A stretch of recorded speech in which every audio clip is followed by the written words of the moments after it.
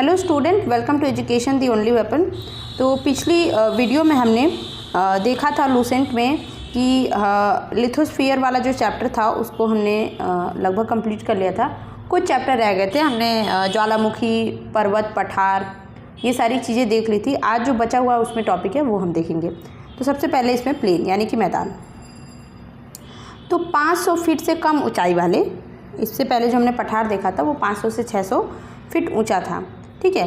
Plane जो होते हैं ये 500 फीट से कम ऊंचाई वाले ज़मीन होते हैं। भूपृष्ठ के समतल भाग को हम क्या कहते हैं? मैदान कहते हैं। मतलब इस तरह से कुछ सामान ये इसका जो ऊपर का वो होता है, सर होता है, जो कहेंगे हेड जो होता है वो इस तरह से होता है।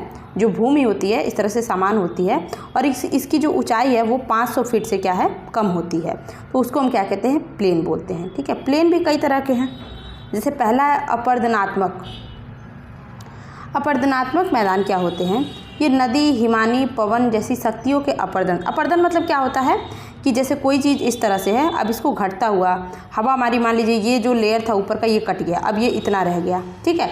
फिर बारिश हुई, फिर इतना कट गया मान लीजिए, तो अब ये इतना रह गया।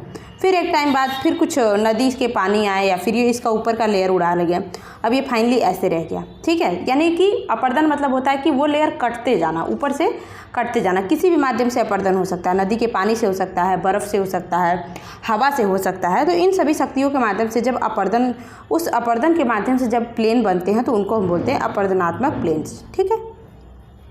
अब इसमें कैसे बनता है? इसमें देखिए, एक आपका है लोएस मैदान, यानी कि हवा द्वारा उड़ाकर लाई गई मिट्टी और बालू के कणों से जो मैदान निर्मित होते हैं। मतलब होता है ना कि आपने देखा होगा कि यहाँ पर कभी इतना मिट्टी वगैरह इकट्ठा थी, एक टाइम में क्या हुआ, बहुत हवा आती है, बहुत मतलब इस तरह से हवा से क्या होता है, ये चीज़ें उड़ उड़ के आपको यहाँ पे देखने में इकट्ठा होंगी और इसके बाद से एक समतल मैदान बन जाता है।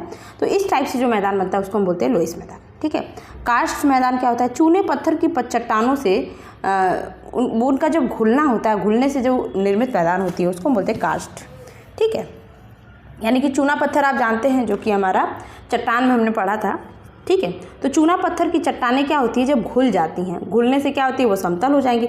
मान लीजिए ऊबड़ खाबड़ है तो इस तरह से कुछ है, अब ये घुली तो ये क्या हो गई, ये बराबर होती गई, एक टाइम बाद और बराबर होती गई, ठीक है। तो वो उस तरह से जो बनता है उसको हम कार्स्ट प्लेन बोलते हैं। फिर संप्राय प्लेन क्या होता है भाई?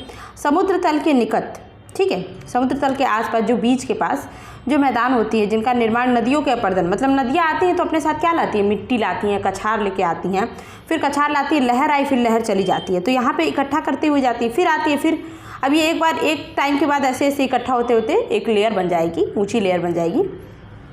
तो उस तरह के हम उससे जो निर्मित मैदान होते हैं उनको बोलते हैं संप्राय। ग्लेशियर मैदान क्या होते हैं कि आपने देखा होगा कि जो हमारे जैसे कि जम्मू कश्मीर वाला जो रीजन है, जहाँ पे आपको बहुत ज़्यादा टेम्परेचर क्या होता है? कम होता है। हिमालय के पास बहुत ऊंचाई पे जहाँ पे सनलाइट नहीं जाती है, तो वहाँ पे हमको क्या देखने मिलते हैं? जो हमें ग्लेशियर देखना, मतलब पत्थर जो है, जो पानी है जो जमे रूप में जो होता है उसको हम हीम बोलते हैं। तो हीम के जमाव के कारण क्या होता है, जो निर्मित दलदली मैदान होती है जहाँ केवल वन ही पाए जाते हैं उसको हम बोलते हैं ग्लेशियर मैदान, ठीक है। इनसे जो है मैदान क्या होते हैं? दलदली, दलदली जैसे मैंग्रोव टाइप का नहीं होता है, तो वहाँ पे उस टाइप का जो मैदान बन जाता है उसको हम बोलते हैं ग्लेशियर मैदान, ठीक है। अब रेगिस्तानी मैदान क्या होता है भाई? वर्षा के कारण बनी नदियों के बहने के फलस्वरूप इनका निर्माण होता है। अब देखिए, ये मतलब नदी भी दो तरह की होती हैं। एक नदी क्या होती है? पेरेनियल होती है, और एक क्या होती है आपकी? मौसमी होती है। मैं पेरेनियल मतलब सदाबहार नदियाँ, सदानीरा नदियाँ। जो नदी ग्लेशियर के पिघलने से नदी निर्मित होती है, जैसे आपकी गंगा, ब्रह्मपुत्रा, सतलज भी, हाँ सतलज भी है, सिंधु है, ये सब जो है ये ग्लेशियर से आती है, इसलिए हमेशा रहती है। पर बाकी जो जैसे कि जो आपकी छोटी छोटी नदियाँ जो और जगह स्टेट में पाई जाती हैं, वो जो जब मौसम रहता है, पानी का मौसम रहता है, बारिश का मौसम रहेगा, तो उसमें पानी रहेगा। पर जैसे ही बारिश का मौसम ख़त्म होता है, वो ख़त्म क्या होती है? सूख जाती है नदियाँ। तो बारिश के कारण जो नदी बनती है, उनके बहने के फलस्वरूप जिस मैदान का निर्माण होता है उसको हम क्या बोलते हैं? रेगिस्तानी मैदान, ठीक। तो यहाँ तो हमने अपर्दन पढ़ लिया। अपर्दन मतलब क्या होता है? कोई चीज़ का कटता जाना। मतलब एक ज़मीन है, एक अगर मिट्टी का ढेर है, वो कटता गया और उसके माध्यम से मैदान बना। तो हमने 5 तरीके देख लिए कैसे कैसे प्लेन बनते हैं। अब निक्षेपात्मक। निक्षेपात्मक तो निक्षेप मतलब होता है, मान लीजिए ये मिट्टी है, ये यहाँ आके निक्षेपित हो गई, गिर गई। निक्षेप मतलब वहाँ पे गिरना, भरना, कुछ भी आप कह सकते हैं। तो निक्षेप, तो नदियाँ क्या करती हैं, नदी निक्षेप द्वारा बड़े बड़े मैदानों का निर्माण होता है, जैसे गंगा, सतलज, मिसिसिपी, हुआंगो नदी, इनके जो है क्या हैं इसके प्रमुख मैदान है। जैसे कि मैंने आपको बताया था कि पहले हमारा जो है तैथिस सागर हुआ करता था, ठीक है, हिमालय नहीं था, तो उसमें क्या होता था, तैथिस सागर हिमालय की जगह हुआ करता था, जिसमें कि गंगा अपने साथ जो है सेडिमेंट लेके आती थी, फिर इसमें क्या करती थी, ड्रेन कर देती थी। फिर यमुना है, सॉरी गंगा, फिर आपका ब्रह्मपुत्रा इधर से, फिर और भी से आपका इंडस नदी है, ये भरती गई, इसको निक्षेप के द्वारा भरती गई, और आज हमारा क्या बन गया, उत्तर मैदान का जो प्लेन है ना पूरा, जिसमें यूपी, बिहार, फिर आपका उधर मतलब जितना क्षेत्र आता है, जिसको उत्तरी दोआब बोला जाता है, गंगा नदी के आसपास का जो रीजन है, वो हमारा निक्षेपात्मक मैदान का जो है बहुत ही अच्छा एग्जाम्पल है। और ये काफ़ी क्या होते हैं, उपजाऊ होते हैं, ठीक है। इसे हम जलोढ़ का मैदान या डेल्टा का मैदान बोलते हैं, ठीक है। इसमें मतलब इसके प्रमुख है। तो निक्षेपात्मक वो होते हैं जिसमें कि क्या होता है, सेडिमेंट आकर भरते हैं, ठीक। अब हम देखेंगे, ये हमने देख लिया, प्लेन्स देख लिया। अब हम देख लेंगे कि बहुत सारे कारकों के माध्यम से स्थलाकृतियाँ बनती हैं, मतलब हमारे लिथोस्फीयर में लैंड्स के बहुत सारे फॉर्म बनते हैं जो अलग अलग कारक से बनते हैं। जैसे भूमिगत जल द्वारा भी कुछ स्थलाकृतियाँ बनती हैं, जैसे उत्सृत कुआँ, गीजर, घोलरंध, डोलाइन, कास्ट झील, युवाला, पोलिये, कंदरा, स्लेक्टाइट, स्टेलेग्माइट, लेपीज, ठीक है। ये सारी जो चीज़ें हैं क्या है, ये भूमिगत जल मतलब जो हमारा ग्राउंड वाटर है उसके द्वारा ये क्या है, निर्मित स्थलाकृतियाँ हैं, ठीक है। तो इसके आप एग्जाम्पल्स बहुत अच्छे से याद कर लेंगे। सागरी जल द्वारा निर्मित जैसे सर्फ, वेलाचली, तरंगिका, पुलीन, हुक, लूप, टोम्बोलो, ये कुछ आकृतियाँ बन जाती हैं इस टाइप से, तो उसी का ये बोला गया है, ठीक है। तो उससे बनी हुई ये हमारी आकृतियाँ, इनको आप बस ऐसे याद रखेंगे कि किसके माध्यम से बना है। जैसे ये ओशियन वाटर से बना है, या आपका ग्राउंड वाटर से बना है। हिमनद से बनने वाली स्थलाकृतियाँ जैसे क्या है, हिमनद द्वारा बनने वाली cirque, tarn, arete, horn, nunatak, fjord, drumlin, kame, एक्सर। जैसे क्या होता है ना, आप कभी देखा करो, बीच बीच पे जाया करो, आप देखोगे कुछ मिट्टी इस तरह से है, उसमें ऐसे चाप बना हुआ है। तो ये क्यों बनता है भाई, इधर से पानी आई होगी, लहर मारा होगा, फिर पानी चली गई होगी, फिर पानी आई होगी, लहर मारा होगा, फिर चली गई। तो वो वहाँ पे इस तरह से इस आकार में क्या करती है, वो मिट्टी इकट्ठा कर देती है या बालू को इकट्ठा कर देती है। तो एक स्ट्रक्चर सा बन जाता है, और बार बार उसी डायरेक्शन में पानी जब आता होगा तो वहाँ पे और उठता जाता होगा। तो इस माध्यम से भी स्थलाकृतियाँ बनती हैं। तो वही सबके नाम है, ये आपको बस नाम याद रखने हैं कि किसके माध्यम से। जैसे बहुत गहरी हिमनद गर्तें जिसमें समुद्री जल भर जाता है और वो समुद्री तट रेखा पर होती हैं, उनको हम फ्योर्ड बोलते हैं, ठीक है। जैसे गर्त है इस टाइप का, ये गर्त है यहाँ पे, ठीक है। इसमें क्या है, पानी भर गया आप, और ये नीचे बहुत गहरा नहीं है पर एक लिमिट तक गहरा है हिमनद गर्त, तो इसको हम बोलते हैं फ्योर्ड, ठीक है। सर्क क्या होते हैं, लंबे चौड़े गर्त होते हैं, ठीक, और जिनकी दीवारें तीव्र ढाल वाली, मतलब इस तरह से होते हैं, मतलब ये दीवारें तीव्र ढाल वाली हैं, ठीक। और यहाँ पे इसमें क्या हो जाएगा, इसमें पानी भर जाएगा।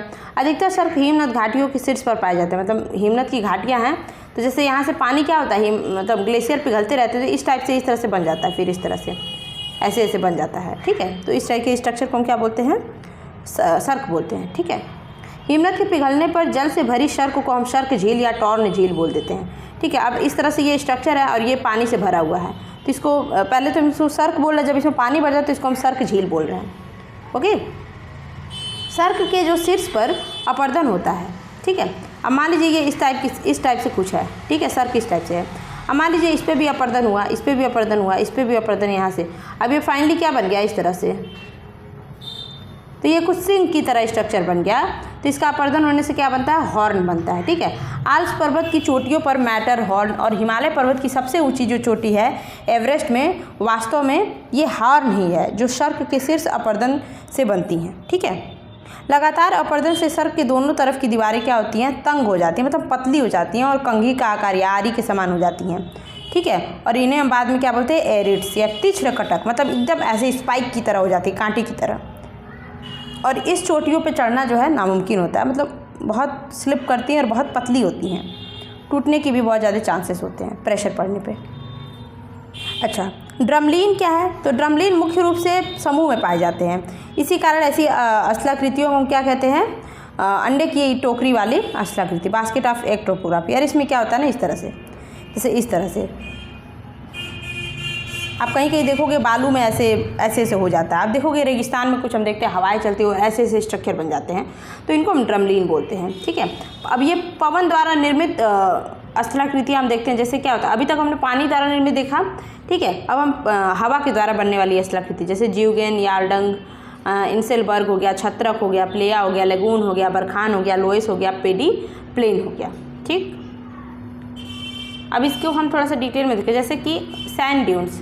सैंड ड्यून क्या होते हैं भाई, हवा जब तेज वेग से चलती है ना तो रेत को उड़ा कर ले जाती है और रेत के इस तरह से टीले बन जाते हैं।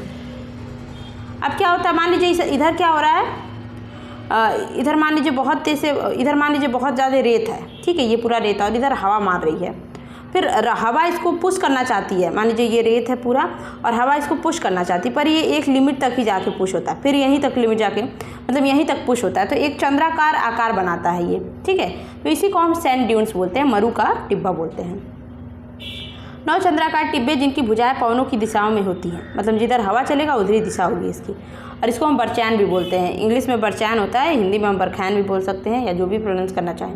जब रेत के कण बहुत महीन और हल्के होते हैं तो पवन उन्हें बहुत दूर तक उड़ा कर ले जाते हैं, और ऐसी रेत बड़े क्षेत्र में क्या होती है, जम जाती है। मतलब मान लीजिए यहाँ पे एक था रेत का, कह लीजिए पर्वत टाइप का है, और हवा मारा और ये उड़ते उड़ते उड़ते यहाँ पे आके क्या हो गया, जम गया, तो इसको हम लोएस बोलते हैं। ठीक है, आपको याद रखना है। तो लोएस किसका एग्जाम्पल है, तो पवन द्वारा बनने वाला स्थलाकृति है। हमने हवा वाले स्थलाकृति को देख लिया। अब हम देखेंगे कि हमारे ओशियन वेव से भी स्थलाकृति बन जाती है, जैसे कि समुद्री भृग, भुजविका, लेगून झील, रिया तट, जिसका एग्जाम्पल है भारत का पश्चिमी तट। ठीक है, स्टैक, डॉल्मेशियन, यूगोस्लाविया का तट, जैसे डॉल्मेशियन का एग्जाम्पल है यूगोस्लाविया का तट। नदी द्वारा बनने वाले, अरे इसमें क्या होता है, नदी जो बहुत तेज काटते छाटते हुए चलती है तो पर्वत को भी काट देती है, तो पर्वत को काटती है तो गॉर्ज बनाती है इस तरह से। ठीक है, इसमें से पानी होके बह रही है और पर्वत को, मान लीजिए पर्वत पहले ऐसे रहा होगा, पानी आ रही थी काटते काटते काटते काटते काटते काटते एक टाइम बाद ये ऐसे हुआ, फिर एक टाइम बाद ऐसे हो जाएगा और इसमें से पानी बहेगी। ठीक है, तो इसको हम महाखड्ड या गॉर्ज कहते हैं। फिर केनियन, वी आकृति, एकदम इस तरह से, मतलब चौखीला जब घाटी रहता है उसको हम बोलते हैं केनियन। जलप्रपात, झरने आपने देखे हैं, क्षिप्रिकाएँ, गढ़, जल कर्तिका, विसर्प मतलब क्या होता है, जब नदी चलती है तो आप देखोगे कभी कभी क्या होता है कि आपने देखा होगा इस तरह से हो जाता है। ठीक है, ये मिट्टी होता है, इतना ये मिट्टी होता है और यहाँ बीच में पानी जा रही होती है। तो क्या होता है ना, बहुत दूर से जब नदी से पानी, मान लीजिए यहाँ पे ओरिजिन है, यहाँ से पानी आते आते यहाँ पे इसका स्पीड कम हो गया, तो कटाच करते करते करते इस तरह से मिट्टी के कुछ भाग को छोड़ती हुई जाती है, तो इसी को हम बोलते हैं नदी की जो है विसर्प। ठीक है, फिर जलोढ़ शंकु, जलोढ़ पंख, गोखुर झील, गुम्फित नदी, ये डेल्टा, ये सारी चीज़ें क्या है, ये नदी के द्वारा बनने वाले वो हैं। गहरी घाटी जिसकी विशेषता है सीढ़ी नुमा खड़े ढाल, जैसे कि अब घाटी बनी और इस टाइप से कुछ हुआ। ठीक है, इस टाइप से कुछ हुआ, पानी आ रहा है, ऐसे काटते काटते आ रहा है। ठीक है, ऐसे काटते हुए, तो इसको हम बोलते हैं गॉर्ज। जैसे भारत में, और ये वो नदियाँ बनाती हैं ना जिनकी स्पीड बहुत फास्ट होती है, जैसे गंगा नदी बहुत खतरनाक स्पीड है। ठीक है, सतलुज नदी, सिंधु, ब्रह्मपुत्रा, नर्मदा, गंडक, कोसी नदी तो हमेशा अपना मार्ग ही बदल देती है। तो ये सारी पर्वतीय भाग वाली जो नदियाँ हैं ना, ये अपने पर्वतीय भाग में जो गॉर्ज बनाती हुई जाती हैं, सीढ़ीनुमा खड्डा बनाते हुए चलती हैं। केनियन गॉर्ज का विस्तृत रूप है। ठीक है, गॉर्ज जो है मान लीजिए इस टाइप से, और केनियन क्या है, ऐसे। केनियन क्या होता है, जो गॉर्ज होता है ना उसी का ब्रॉड फॉर्म होता है इस तरह से। तो कोलोराडो का जो केनियन है, जो कि यूएसए में है हमारा, जो कोलोराडो नदी द्वारा बनाया जाता है, ये विश्व में सबसे ज़्यादा फेमस आपका केनियन गॉर्ज है। ठीक है, अब क्षिप्रिका क्या होती है भाई, जब नदी की जो तलहटी होती है वो ऊबड़ खाबड़ होती है, तो नदी का जल जो है तीव्र झोंके के साथ, मतलब देखिए अभी स्मूथ रास्ता मिल जाए पानी को तो पानी आराम से जाएगा, पर उसमें कटाच आ जाए, ऐसा कुछ आ जाए, तो पानी जब गिरेगी तो उसको काटते फाटते फिर कूदते फांदते ऐसे जाएगी, तो उसकी वेग बहुत तेज चलती है, उसी को हम बोलते हैं क्षिप्रिका। ठीक है, और क्षिप्रिकाओं के समूह को सोपानी जलप्रपात बोलते हैं, मतलब पानी बहुत तेज़ से आता है, झरना जो होता है ना कैस्केड, तो वही हमारा जलप्रपात होता है उसका। ठीक है, इसको हम जलप्रपात कहते हैं। अफ्रीका में आसवन तथा खौरतौम के बीच नील नदी में कई क्षिप्रिकाएँ हैं तथा सोपानी जलप्रपात मिलते हैं। ठीक है। क्षिप्रकाय मतलब नदी को जो बहने का मार्ग मिल रहा है वो साफ सुथरा मतलब स्मूथ नहीं मिल रहा है, उसको उबड़ खाबड़ इस तरह से चीज़ें मिल रही हैं। जब नदी पर्वतीय प्रदेश से मैदानी भाग में प्रवेश करती है, जैसे कि गंगा नदी आपका उत्तराखंड में गंगोत्री से निकल रही है, फिर हमारे यहाँ जैसे जैसे आती है तो जब आपका हरिद्वार से क्या करती है, प्लेन में प्रवेश करना शुरू कर देती है, तो वहाँ से उसकी गति क्या होती है, कम होने लगती है। क्यों ऐसा होता है?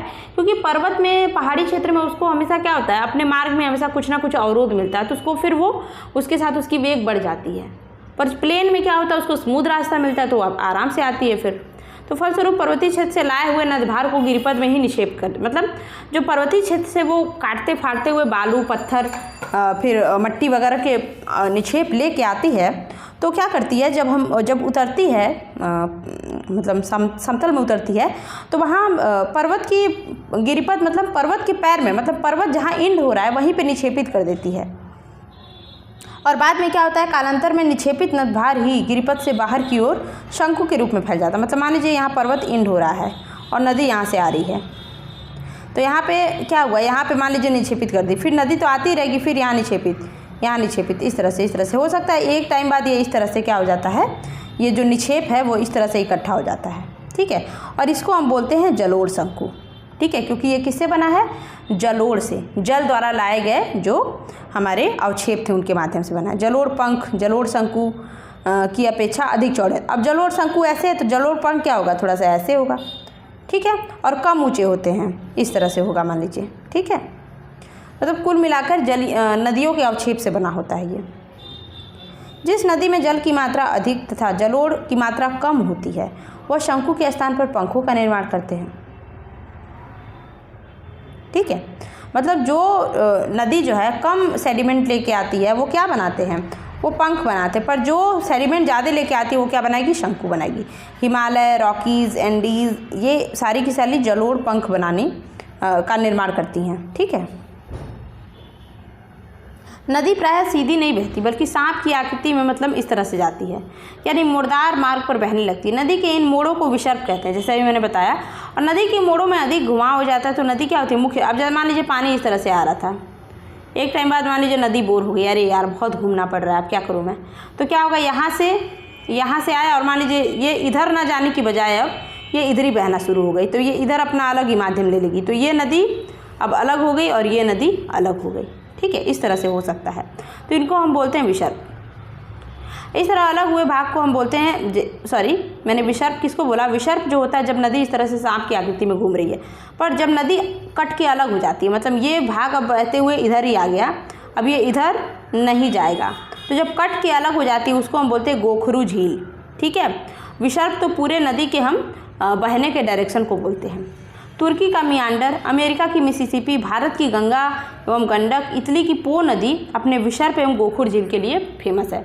मतलब ये लोग तो एक तो विसर्प के माध्यम में बहती है, ऊपर से गोखुर झील भी खूब बनाती हैं। ठीक है, जो मॉइस्चर वाले प्रदेश होते हैं, मतलब जहाँ पे आपको दलदला, फिर जहाँ पे मतलब टेम्परेचर हाई रहता है, बारिश होती है खूब, वहाँ पे क्या होता है, रासायनिक अपक्षय प्रक्रिया जो है यांत्रिक अपक्षय प्रक्रिया की अपेक्षा बहुत शक्तिशाली होती है। मतलब वहाँ पे ये जो कुछ भौतिक जो फैक्टर है उनकी बजाय केमिकल फैक्टर ज़्यादा वर्क करता है। ठीक है, तो वहाँ पे उस माध्यम से हमको स्थलाकृतियाँ बनते हुए दिखती हैं। जैसे लटकती घाटी, यू आकृति की घाटी, मोरेन हिमानी क्षेत्र में बनते हैं। कहाँ बनते हैं, हिमानी क्षेत्र, जो हिम वाले मतलब जो आपके बर्फ़ वाले क्षेत्र हैं। यू आकार की घाटी के तल जो हैं क्या होते हैं, चौड़े और किनारे चिकने होते हैं, मतलब कुल मिलाकर ऐसे होते हैं। ठीक है, यू आकार की घाटी है। सॉरी, यू आकार की घाटी कैसी होगी, मैंने उल्टा ही बना दिया, इसको ऐसे बनाना है, ऐसे करके। ठीक है, जल निर्गम छिद्र, सिंक होल क्या होता है, और कास्ट मैदान क्या होता है, चूना क्षेत्र। देखिए, जल निर्गम होल और ये कास्ट मैदान जो है ये चूना क्षेत्र की स्थलाकृति में पाए जाते हैं।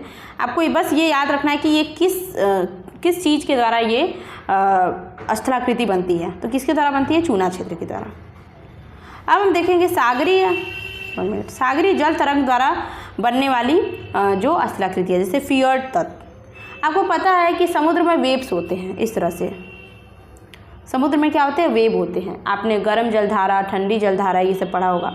तो फियर्ड तट क्या होता है, किसी हिमानीकृत उच्च भूमि के सागरीय जल के नीचे धंस जाने से फियर्ड तट का निर्माण होता है। ठीक है, कोई मान लीजिए क्या है, आपका बर्फ़ से बना हुआ उच्च भूमि है, उसका जो सागरीय जल है वो क्या है, नीचे धंस गया इस तरह से, और इसके किनारे क्या है, ऐसे ही रह गए, तो इसको हम बोलते हैं फियर्ड तट।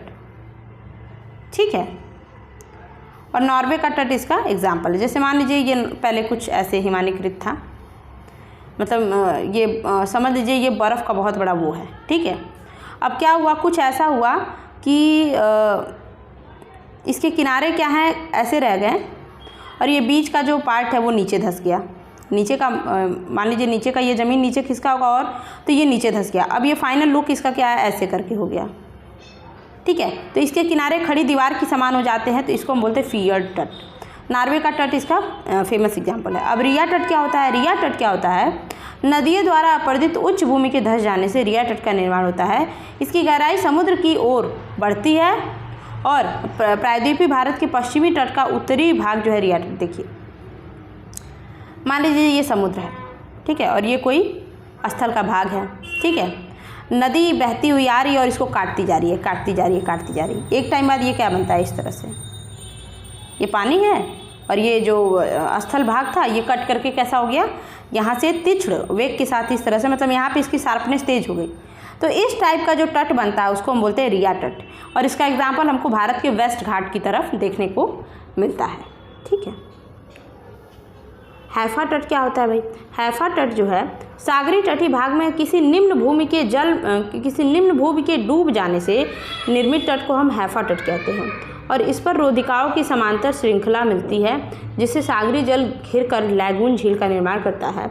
और यूरोप का बाल्टिक तट हैफा तट का जो है एग्जाम्पल है। कहने का मतलब है, मान लीजिए ये क्या है, समुद्र का बीच है,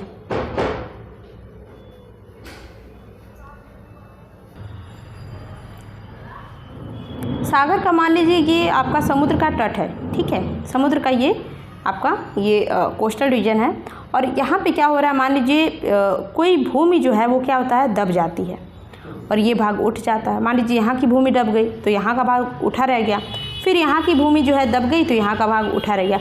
इस तरह से करके क्या होगा, मान लीजिए ये बड़ा सा सागर था और यहाँ पे बीच में जो है इस टाइप से चीज़ें बन गई, तो ये पानी का जो क्षेत्र ये अलग हो जाता है। ठीक है, समुद्र से मेन जो सी रीजन था वहाँ से ये जो है इस वाटर बॉडी से जो है ये हमारा जो क्षेत्र है ये अलग हो जाता है, इसी को हम बोलते हैं लगून झील।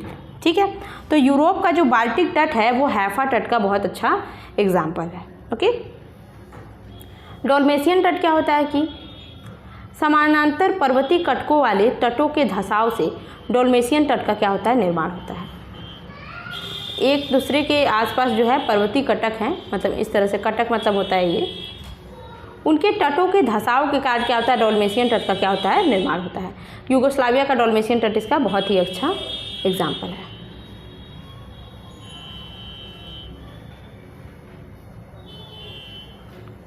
अब निर्गत समुद्र तट क्या होता है, स्थल कण के ऊपर उठने या समुद्री जलस्तर के नीचे गिरने से निर्गत समुद्र तट का निर्माण होता है। मतलब कुल मिलाकर के जो आपका सी के किनारे का जो जगह है, मान लीजिए उसमें क्या हुआ, या तो समुद्री जलस्तर नीचे चला गया, या तो जो स्थल ऊपर था वो स्थल जो है थोड़ा ऊपर बढ़ गया।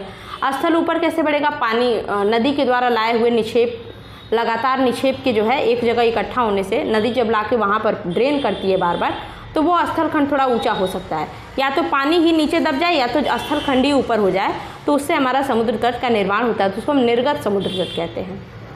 इस प्रकार के जो तट हुए उन पे आपको स्पिट, लैगून, पुलीन, क्लिफ, मेहराब ये सब मिल जाता है। मतलब मेहराब इस तरह से कुछ होगा, ठीक है, लैगून इस तरह से कुछ होगा, मतलब कुल मिला के स्ट्रक्चर्स हैं।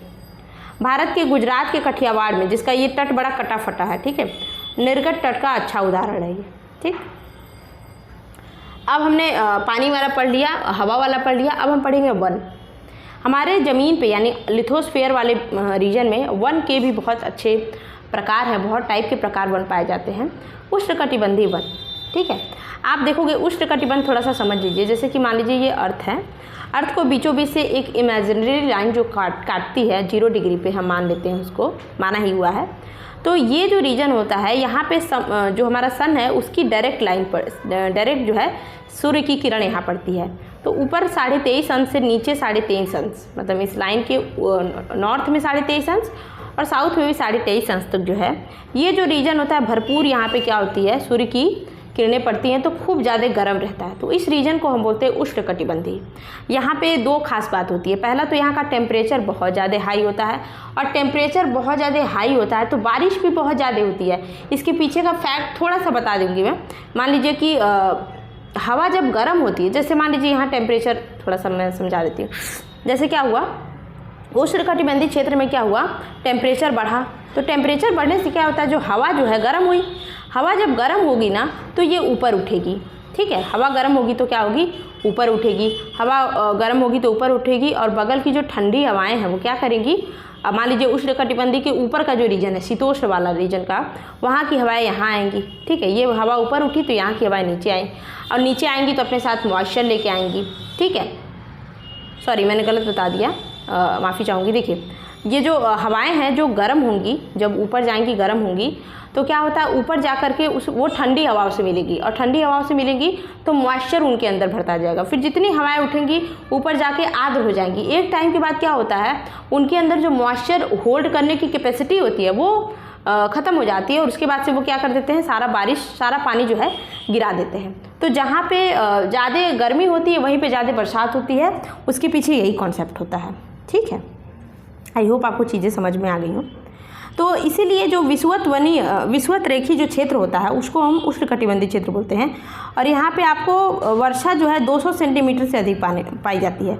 यहाँ के पेड़ की पत्तियाँ जो है चौड़ी होती है, और यहाँ पे जो है आपको क्या मिलता है, यहाँ पे बहुत घना पेड़ होता है, इतना घना पेड़ कि आपको सूर्य की किरणें ज़मीन तक पहुँच नहीं पाती हैं। ठीक है, काफ़ी घना वृक्ष होता है, और पेड़ की पत्तियाँ पूरी तरह झड़ती नहीं हैं, इसलिए इनको हम सदाबहार कहते हैं। काफ़ी घने वृक्ष की मोटी वितान के कारण जो है दिन के समय सूर्य का प्रकाश नीचे अंदर तक नहीं आ पाता है। आमतौर पर यहाँ पे दृढ़ काष्ठ मतलब मजबूत लकड़ी वाले पेड़ पाए जाते हैं, जैसे रोजवुड, आबनूस, महोगनी। आपको पेपर में क्या पूछता है, उष्णकटिबंधीय वनों में एग्जाम्पल पूछ लेगा। जैसे आपको मान लीजिए सागौन पूछ लिया, सागौन किसका एग्जाम्पल है, तो आपको जब याद होगा कि भाई सागौन तो इसमें मैंने पढ़ा ही नहीं, उष्णकटिबंधीय यानी कि उष्णकटिबंधीय में रोजवुड है, आबनूस है, महोगनी है, ये सब इसके एग्जाम्पल है। एनाकोंडा विश्व का सबसे बड़ा सांप है जो उष्णकटिबंधीय सदाबहार वन में पाया जाता है। अब हम सेकेंड टाइप का वन पढ़ेंगे, उष्णकटिबंध पर्णपाती वन। अभी हमने जो पढ़ा था सदाबहार वन, मतलब कि उसमें पत्तियां हमेशा रहती हैं, पूरी तरह से पत्तियां कभी नहीं झड़ती हैं, झड़ेंगी पर पूरा नहीं झड़ेंगी। पर पर्णपाती वन क्या होता है, इसमें दो खासियत होती है। पहले तो ये मानसूनी वन होते हैं, ठीक है। दूसरा यहाँ पे पानी जो है 150 सेंटीमीटर से कम होता है। वहाँ पे कितना था, 200 सेंटीमीटर था। उसी क्षेत्र में यह वन पाया जाता है, और मतलब जहाँ पे इतना बारिश होता है। भारत, उत्तरी ऑस्ट्रेलिया, मध्य अमेरिका के बड़े हिस्सों में ये वन पाया जाता है। तो हमारे इंडिया में कैसा वन है, तो आपका ट्रॉपिकल डिसिडुअस यानी कि उष्णकटिबंधीय पर्णपाती वन। जल संरक्षित करने के लिए ये क्या करते हैं, जब गर्मी मौसम आता है तो ये लोग अपनी पत्तियां झड़ा देते हैं, गिरा देते हैं, ठीक है। और इन वनों में पाए जाने वाले दृढ़ काष्ठ वृक्ष में, मतलब मजबूत लकड़ी वाले वृक्ष में, इसके एग्जाम्पल है साल, सागौन, नीम, शीशम। देखिए सागौन किसका एग्जाम्पल है, उष्णकटिबंधीय पर्णपाती वन का, ठीक। तो ये इसके एग्जाम्पल जो बहुत ज़रूरी है। इसमें पाए जाने वाले जानवर में आपको बाघ, शेर, हाथी, गोल्डन लंगूर, बंदर, ये सब मिल जाएंगे। शीतोष्ण सदाबहार वन क्या होते हैं, ये वन जो है मध्य अक्षांश के, ठीक है, तटीय प्रदेशों में स्थित होते हैं। ये सामान्यतः महाद्वीपों के पूर्वी किनारों पर पाए जाते हैं। जैसे मान लीजिए ये दक्षिणी अमेरिका है, तो इसका ईस्ट ये हो गया, वेस्ट ये हो गया। तो यहाँ पे जो वन पाए जाते हैं वो आपके शीतोष्ण सदाबहार वन है, ठीक है। दक्षिणी चीन, दक्षिण पूर्वी ब्राज़ील, बाज, चीड़, यूकेलिप्टस इसके मेन पेड़ हैं, और दृढ़ और मुलायम इसके। देखिए यूकेलिप्टस कैसा होता है, एकदम मुलायम होता है, तो इसके पेड़ इस तरह से होते हैं। शीतोष्ण पर्णपाती क्या होते हैं, ये भी देख लेते हैं। उच्च अक्षांश, जैसे मतलब अब हम ये जो हमारा भूमध्य रेखा है उसके ऊपर जैसे हम पढ़ते जाएंगे, तो उच्च अक्षांश पे पाए जाने वाले जो वन होते हैं उनको हम बोलते हैं शीतोष्ण। यहाँ पे उत्तरी पूर्वी अमेरिका, चीन, न्यूजीलैंड, चिली, पश्चिमी यूरोप, इनके तटीय क्षेत्रों में पाए जाने वाले जो वन है शीतोष्ण होते हैं। ये क्या करते हैं, ये भी शुष्क मौसम में, मतलब जब सूखा मौसम होता है तो अपनी पत्तियाँ गिरा देते हैं। और यहाँ पर पाए जाने वाले पेड़ हैं बांज, एस, बीच, और इसमें जो जानवर, इसमें हिरण, नोमली, भेड़िए, ये सब पाए जाते हैं। यहाँ के पक्षी में फिजेट और मोनाल, ये भी एग्जाम्पल इम्पॉर्टेंट है। अब हम थोड़ा देख लेते हैं भूमध्य सागरीय वनस्पति। महाद्वीपों के पूर्व और उत्तरी पूर्व किनारों के अधिकांश भाग में शीतोष्ण सदाबहार और पर्णपाती पेड़ से ढके होते हैं। वहीं महाद्वीप का जो पश्चिमी, जैसे अभी मैंने बताया, अगर हम ये दक्षिणी अमेरिका का एग्जाम्पल लेते हैं तो ये हमारा क्या था, शीतोष्ण वन था, पर वहीं ये पूर्वी तट है, पर जो पश्चिमी तट है वहाँ पे भूमध्य सागरीय वनस्पति पाई जाती है। यह कहाँ देखने मिलता है, खास करके यूरोप में, 1 मिनट, यूरोप में, अफ्रीका में, एशिया में, यानी हमारे इंडिया में भी, इनके भूमध्य सागर के समीप वाले क्षेत्र में। आपको मेडिटेरेनियन सी पता होगा, यहाँ पे यूरोप इस तरह से कुछ है और यहाँ पे मेडिटेरेनियन सी पाया जाता है, और इसके नीचे यहाँ पर अफ्रीका है और ये हमारे एशिया का विस्तार होता है यहाँ पे। तो कुल मिलाकर सबके जो है वेस्टर्न जो साइट होते हैं, वेस्टर्न कोस्ट, पश्चिमी तट पर जो है भूमध्य सागरीय वनस्पति पाई जाती है, जैसे कि संयुक्त राज्य अमेरिका के कैलिफोर्निया, दक्षिण पश्चिमी अफ्रीका, दक्षिण पश्चिमी दक्षिण अमेरिका, ठीक है, ऑस्ट्रेलिया में ये सब पाए जाते हैं। इन प्रदेशों में गर्म शुष्क ग्रीष्म और वर्षा वाली मृदु शीत ऋतुएं पाई जाती हैं। इसके एग्जाम्पल की बात करें तो संतरा, अंजीर, जैतून, अंगूर और नींबू वंश, मतलब सिट्रस फ्रूट जितने हैं वो यहाँ पे ज़्यादा पाए जाते हैं। ये बहुत बार पूछ भी चुका है कि नींबू वंश के फल कहाँ पे पाए जाते हैं, तो ये हमारे भूमध्य सागरीय वन में पाए जाते हैं, महाद्वीपों के जो पश्चिमी तट हैं वहाँ पाए जाते हैं। ओके, अब हम शंकुधारी वन की बात करते हैं। शंकुधारी वन जो होता है ये जो टैगा और टैगा प्रदेश, टुंड्रा प्रदेश होते हैं वो वाले, जहाँ पे टेम्परेचर बहुत कम होता है, ठीक है। अगर हम बात करें उत्तरी गोलार्ध के यहाँ एकदम उच्च अक्षांश में, मतलब ध्रुव के पास वाला जो रीजन होता है जिनको हम टैगा बोलते हैं, ये उत्तरी गोलार्ध की बात हो रही है। यहाँ पे 50 से 70 अक्षांश वाले में शंकुधारी वन पाया जाता है, मतलब इस तरह से होता है और ऐसे ऐसे करके, मतलब इनकी पत्तियाँ नीचे की तरफ एक ये ट्राइगोनल स्ट्रक्चर में बनाते हैं इस तरह से, ये क्रिसमस ट्री होता है उस टाइप से, इनको हम टैगा वन कहते हैं। ये बहुत अधिक ऊंचाई पर पाए जाते हैं और यहाँ पाए जाने वाले वृक्ष लंबे, नरम काष्ठ और सदाबहार वृक्ष होते हैं।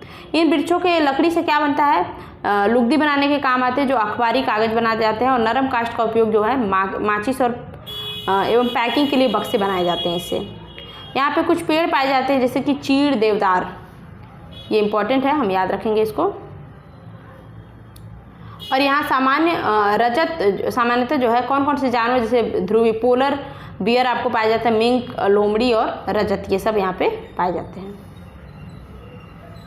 हमने टैगा देखा, टैगा कहाँ पाया जाता है, नॉर्थ पोलर साइड में, और टुंड्रा कहाँ पाया जाता है, ये वनस्पतियाँ यूरोप, एशिया, उत्तरी अमेरिका के ध्रुवीय प्रदेश में पाई जाती हैं, जहाँ पे बहुत ठंडा होने के कारण यहाँ, मतलब देखिए एक मैं चीज़ आपको क्लियर कर दूँ, 1 मिनट, जो हमारा टैगा प्रदेश है ना, ये टैगा जो वन है, 1 मिनट, जो हमारा टैगा वन है ये 50 से 70 के अक्षांश में पाई जाती है। जैसे कि आपका अगर हम अर्थ को इस तरह से, मतलब 1 मिनट, इस तरह से हम अर्थ को देखें और ये बीच में हमारा भूमध्य सागर है, यहाँ पे हमारा कर्क रेखा है, ठीक है, ट्रॉपिक ऑफ कैंसर, और ये हमारा एक तरह से क्या है, ये शीत वाला रीजन है, शीतोष्ण, और ये बिल्कुल पोलर रीजन है।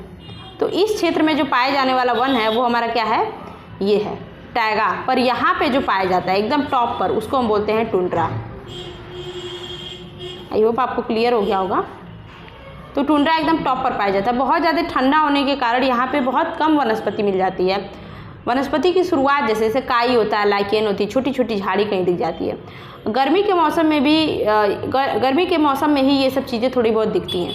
यहाँ के जानवर जो होते हैं उनके शरीर पे बहुत मोटा फर होता है, मोटी चमड़ी होती है, ताकि अपने आप को बचा सकें। ये बहुत ज़्यादा ठंडी पड़ती है वहाँ पे।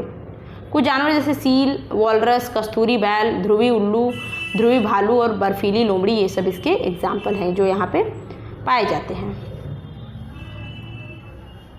कटीली झाड़ियाँ शुष्क रेगिस्तानी क्षेत्रों में पाई जाती है। अब हम घास के मैदान को थोड़ा बहुत पढ़ लेते हैं, ये लास्ट हमारा टॉपिक बचा है। देखिए, घास भूमियों को हमने 2 भागों में बांटा है। एक तो हमारा उष्णकटिबंधीय घास भूमियाँ और एक शीतोष्ण। मतलब उष्णकटिबंधीय नाम से क्लियर है कि जो घास का क्षेत्र उष्णकटिबंध वाले रीजन में पाया जाता है, भूमध्य रेखा के दोनों तरफ जो है 23.5 अंश ऊपर 23.5 अंश नीचे वाले रीजन में जो है जो घास पाए जाते हैं उनको हम क्या बोलते हैं, उष्णकटिबंधीय घास बोलते हैं। ये बड़े ऊंचे ऊंचे होते हैं, 3 से 4 मीटर हाइट की उनकी ऊंचाई होती है, और इसमें आपको हाथी, जेबरा, जिराफ, हिरण, तेंदुआ ये सब जानवर मिल जाएंगे।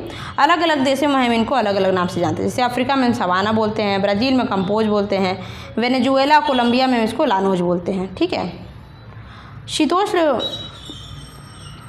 शीतोष्ण कटिबंध घास भूमियाँ ऑब्वियस सी बात है जो मध्य अक्षांशीय भूमि पर पाए जाते हैं, मतलब कि अगर ये हमारा अर्थ है, ये भूमध्य रेखा है, ये कर्क रेखा है, फिर यहाँ पे ये शीतोष्ण कटिबंध रेखा, तो ये वाले रीजन में जो घास पाए जाते हैं वो हमारे शीतोष्ण कटिबंध रेखा है, मतलब घास है। इसमें आपको कौन कौन से जानवर, जंगली भैंस, बाइसन, एंटीलोप, ये सब पाए जाते हैं। और यहाँ की घास छोटी और पौष्टिक होती है, कि जो कि इम्पॉर्टेंट है, पूछ सकता है कहाँ के घास पौष्टिक होते हैं, तो शीतोष्ण कटिबंध घास। इनके भी अलग अलग नाम है, जैसे उत्तरी अमेरिका में हम इसको प्रेयरी बोलते हैं, कनाडा और उत्तरी अमेरिका में। पंपास में अर्जेंटीना बोलते हैं, और अर्जेंटीना में पंपास बोलते हैं, ये दक्षिणी अमेरिका का है। दक्षिण अफ्रीका में हम इसको वेल्ड बोलते हैं, ऑस्ट्रेलिया में डाउन्स बोलते हैं, और एशिया, यूक्रेन, रूस और चीन के मंचूरियन प्रदेश में हम इसको स्टेपी बोलते हैं। तो यहाँ पे हमने ये चैप्टर जो है पूरा का पूरा कंप्लीट कर दिया है। इसकी PDF मैंने ऑलरेडी टेलीग्राम में अपलोड कर दिया, ये वीडियो जल्दी ही आपको मिल जाएगी। पढ़ाई करते रहें, बेस्ट ऑफ लक। और वीडियो आपको पसंद आ रही है तो चैनल को ज़रूर सब्सक्राइब करें। आपको daily top 10 current affair 1 liner fact आपको डेली शॉर्ट के फॉर्म में मिल जाती है, उसकी भी PDF आपको जो है टेलीग्राम में मिल जाती है। तो आप वहाँ से जाके डेली के top 10 1 liner current affair fact आप मात्र 20 से 30 सेकेंड में आराम से पढ़ सकते हैं। ठीक है, पढ़ाई करते रहें, बेस्ट ऑफ लक।